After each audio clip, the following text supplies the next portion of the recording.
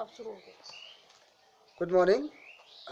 Today I am going to discuss with you the socio-religious movement of 19th century,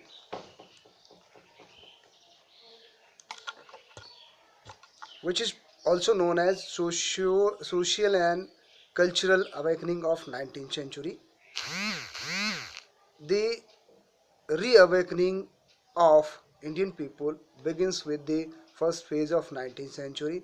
Hence, this first phase of 19th century is popularly known as Renaissance period. And in that period we heard the voice of intellectuals against the social and religious evils like superstitions, casteism, child marriage, parda system, and several other evils present in our society and culture. They people thought that these evils of our society and religion makes us handicapped, and so the foreigners came here in defeated us and make control political control over us. Means they thought that for the exploitation in the sphere of politics, in the economics, in the society, they those kinds of evils are responsible. Hence they want to make some changes in those evils presents in our society. I divided the thinkers or the intellectuals who want to bring change in the society, but I categorize them into two groups. First group is a supporter of Western thought. They think that without bringing Western thoughts in our society, uh, it is not possible to make or eradicate our social and religious evils, but their number is very few. Then there is another group who also wants to bring change in their social and religious structure, but for that they follow the past values, moral values too. They think that they have a very society and religion was very good in past, but gradually so many evils enters inside that one. If we will eradicate those evils, so we will be able to bring changes in our society. So that way they are thinking about this, the Renaissance or awakening of the people. This starts, but as we know that anything doesn't becomes without any cause. The question arises in your mind that why the Renaissance begins in 19th century too. Why don't before 19th century? Why don't after 19th century? So before moving to the other parts, first of all we will able to understand what were the responsible reasons of that Renaissance. So I categorize those responsible reasons into uh, four, five, six parts. First one is the Western education and culture. Due to Western education and due to Western culture, the feeling of individualism, the feeling of materialism, the feeling of welfare of the people is came inside the minds of the Indians. They thought that uh, this their culture says about all those things.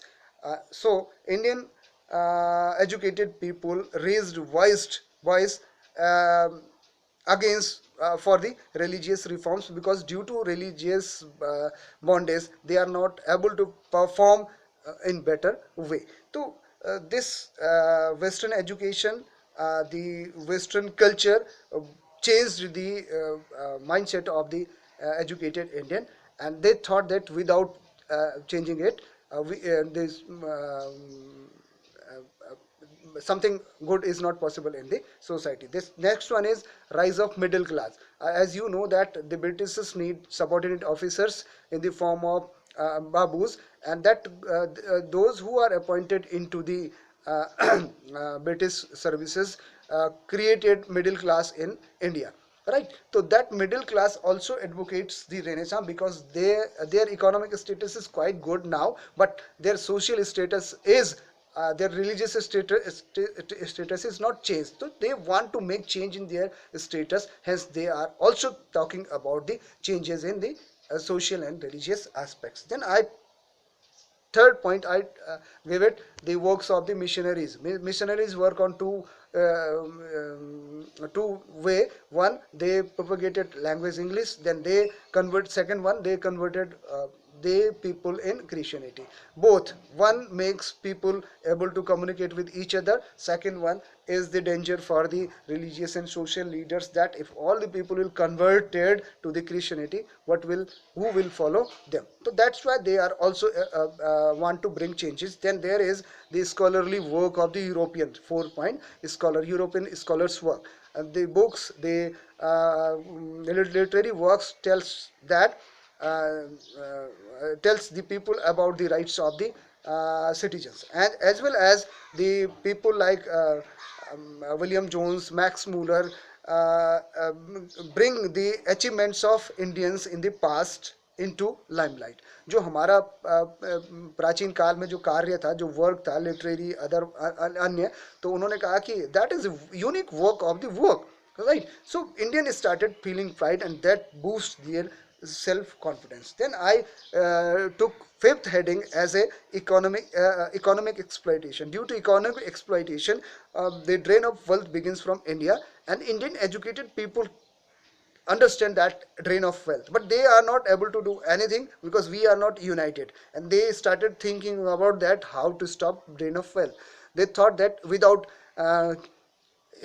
improving the society and religion of our country, we are not able to get unite, and we are not able to throw Britishes away from our country. So the economic exploitation is also a responsible reason for the Renaissance. Then finally I gave the role of press. As you know, in 14th century, the printing press invented. Due to that, the books are available on cheaper rate, as well as availability is good. So people now, and that is also a good sphere for the local languages. Hence, the literature created, paper created in local languages are easily available to the people. People are able to understand what is going on and what kinds of exploitation they are facing day by day.